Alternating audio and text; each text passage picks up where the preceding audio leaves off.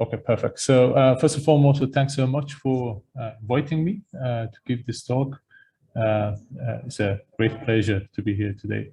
I will talk about basically two subjects, and as the title of the talk suggests, it's a two-part stories, and I will keep it actually in a very much higher level. And I hope that that is fine. I'm going to talk about quite a different topic and with the introduction to biophysics, in fact. So the first part of my talk going to be about life generating by light, and the second part of the talk going to be light generating life, basically. And I will, as I go through this part, I will elaborate what I mean actually by this. So the very first part is actually surprising to myself, also very related to what Paul was just talking about, neutrinos and the oscillations in the signals about coming from bioluminescence. So I'm going to talk a little bit about our research activities on bioluminescence in unicellular organisms, which is something that from 3 years ago got involved when I moved to the University of Cambridge. And I started my second postdoc there, and I'm still continuing here in the University of Amsterdam. So if you're not familiar with the term bioluminescence, it's basically a combination of two words, bio coming from biology and luminescence coming from light, and it means in total means that it's a light created, it's a phenomenon of creation of light by living organisms. So there are many organisms that do generate light. Particularly in the ocean, this is the most common way of communications of the living organisms.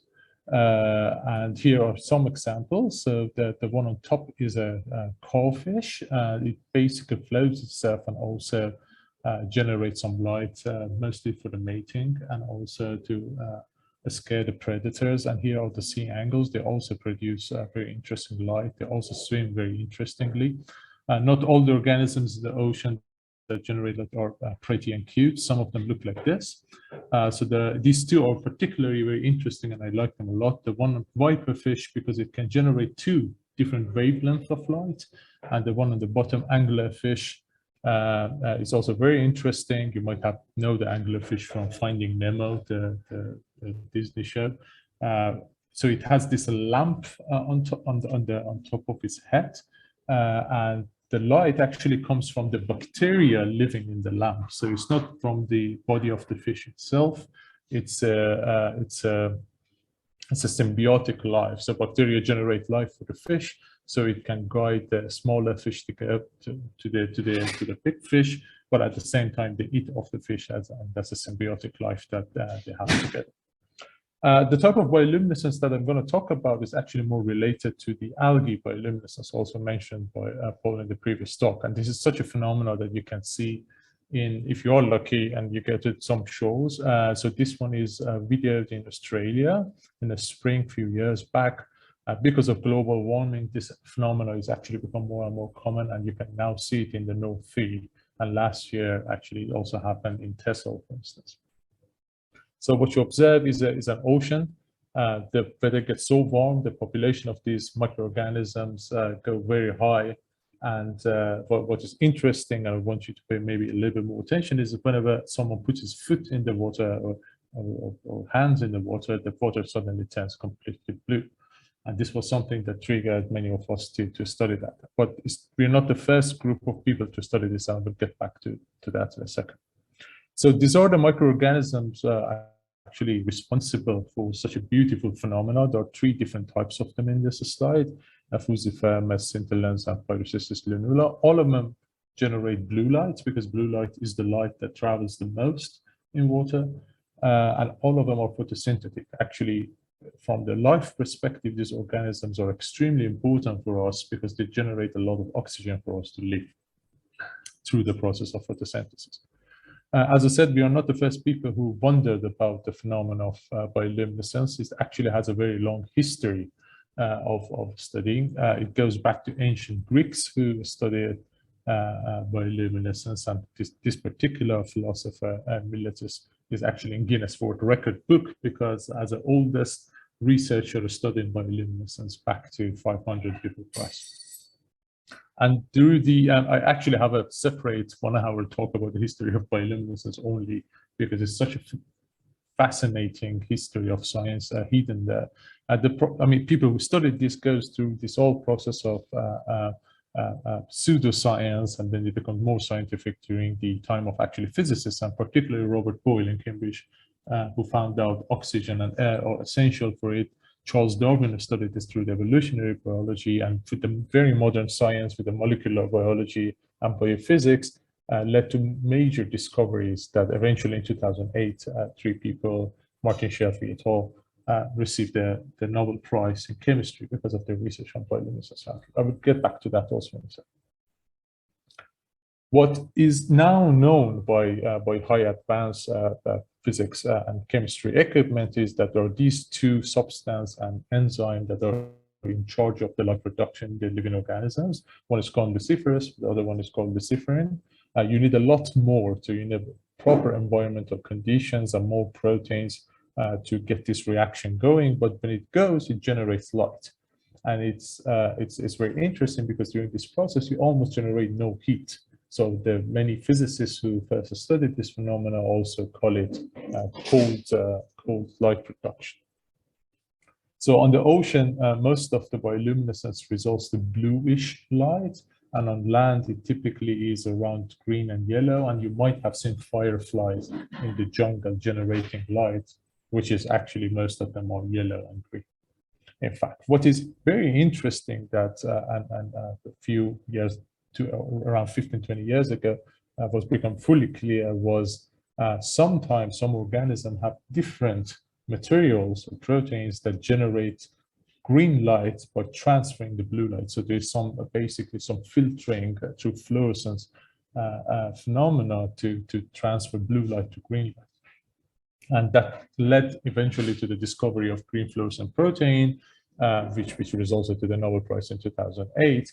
But one of the main messages sometimes when I give this talk is that it takes for some topics more than 2,000 years for a breakthrough. So you go from ancient Greeks to the main breakthrough, which was the discovery of green fluorescent protein. So you might wonder at this point, why a physicist should study bioluminescence. I mean, it sounds like a very biological or biochemistry problem. So the question we asked was, what actually triggers bioluminescence in single cells in this little algae, basically? So what we did, we made an experimental setup in the lab. The experimental setup looks like this. It has 2 micropipettes. So this is extremely small. So this is 100 micrometers. So this is 1/10 of a millimeter. So we're getting close to the scales of the thickness of a hair, pretty much. And what we do, we take one single algae cell. So this is the whole organism is only one cell. They don't have brain. They don't have any nervous system, nothing at all. They're extremely simple. They're extremely old in terms of history of life. We hold them between 2 micropipettes and we press them. And you might wonder why one of these micropipettes is bended. The reason is that we basically make an AFM in the lab ourselves, atomic force microscope. So by the deflection of these pipette that is bended, we can also actually measure the force exerted on each cell. So what we do in the experiment, we start pushing the algae between these 2 pipettes. And if you look closely here, you see the algae generating light. So if I show you this magnified zoomed version of it, this is a single cell. I push it, so I basically squeeze one cell and it starts generating light. And what I'm going to do in the continuation of the experiments, I'm going to actually keep basically squeezing the algae. So it's a little bit brutal and rude to do it, but like I said, these cells don't really understand that we're doing it. So what you observe was also the more you push the cell, the light actually decays, and at some point it basically runs out of fuel, so it doesn't have anything to burn to generate light. Okay, so what the major discovery out of this very curiosity-driven science we found out was that, first of all, you need the cells to deform to generate light. But we found something very interesting. If you deform the cell, like in this video I'm showing, just a tiny bit, but very fast, it doesn't generate light. And the other way around too. If you deform it very slowly, but you put as much as deformation you want, but you do it very slowly and gently, it also doesn't generate light as well. And if you do a lot of these experiments and you change how much you deform the cell and how fast you deform the cell, you end up getting a whole diagram like this. So what I'm showing here in the z-axis is the maximum light intensity generated by one cell. And the x-axis is how much delta is how much I deform the cell, and the other axis is how fast I deform the cell. So what this graph shows me is that the cell only use the light, only use this limited amount of substance to burn if something deform it very fast and deform it quite a bit. And that's the time that it generates enough light. And there's a very famous saying in biology that nothing in biology makes sense except in the life of evolution. So this seems to be an evolutionary response that these cells during the course of evolution, millions of years, maybe they learn somehow that to generate light only if something really is dangerous. So this could be a bigger fish coming to them, and they generate light only if the bigger fish deform them very fastly and also to a significant amount. So it's basically going from a stress, external stress imposed on them to generate light as a defensive mechanism. So this triggered us. I mean, I don't go to the equations in detail, but basically what you decide to do overall is that to make a mathematical model, which looks like this. This is a simply dynamical system, a set of differential equations. It's not important what's there. What is important that with such equations, which you can solve analytically or numerically, you can characterize such systems. So what I mean is that you can model how the light forms. So this is basically how intensity of light in the x-axis and the rate of production of light. The data are shown with the circles, and the lines is the mathematical model we have. So what can I learn from this? I can learn a set of numbers. So I call this set of numbers bioluminescence constant matrix. So what we do, we put evolutionary biology by using physics methods numbers.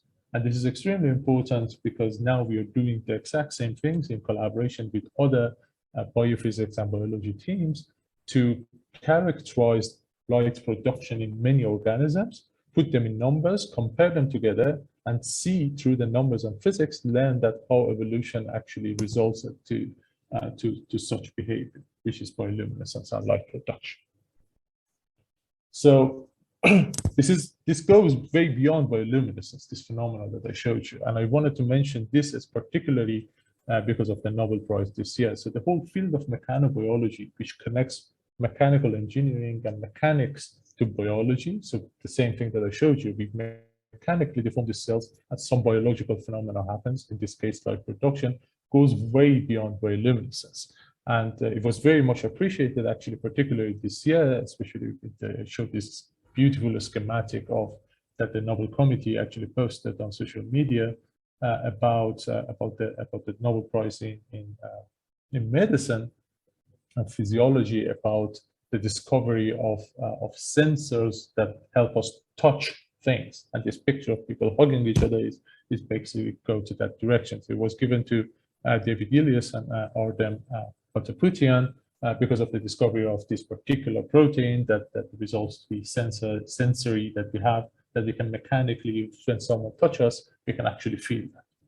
So it's a very interdisciplinary field, obviously, but the goal of the very first part of my talk was to show that how important physics can be for such a study of physiological and medical problems, to discover more phenomena and put them in numbers quantitatively.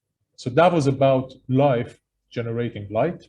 And the second part is an ongoing process that we started here since I moved to Amsterdam, about light actually generating life.